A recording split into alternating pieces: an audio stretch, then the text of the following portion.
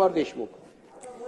मी प्राध्यापक डॉक्टर तानाजी भिवराबाई जयवंत सावंत विधानसभेचा सदस्य म्हणून निवडून आलो असल्याने ईश्वर साक्ष शपथ घेतो की कायद्याद्वारे स्थापित झाले आहे अशा भारतीय संविधानाबद्दल मी खरी श्रद्धा व निष्ठा बाळगीन, भारताची सार्वभौमता व एकात्मता उन्नत राखीन आणि आता जे कर्तव्य मी हाती घेणार आहे ते निष्ठापूर्वक पार पाडीन। जय महाराष्ट्र।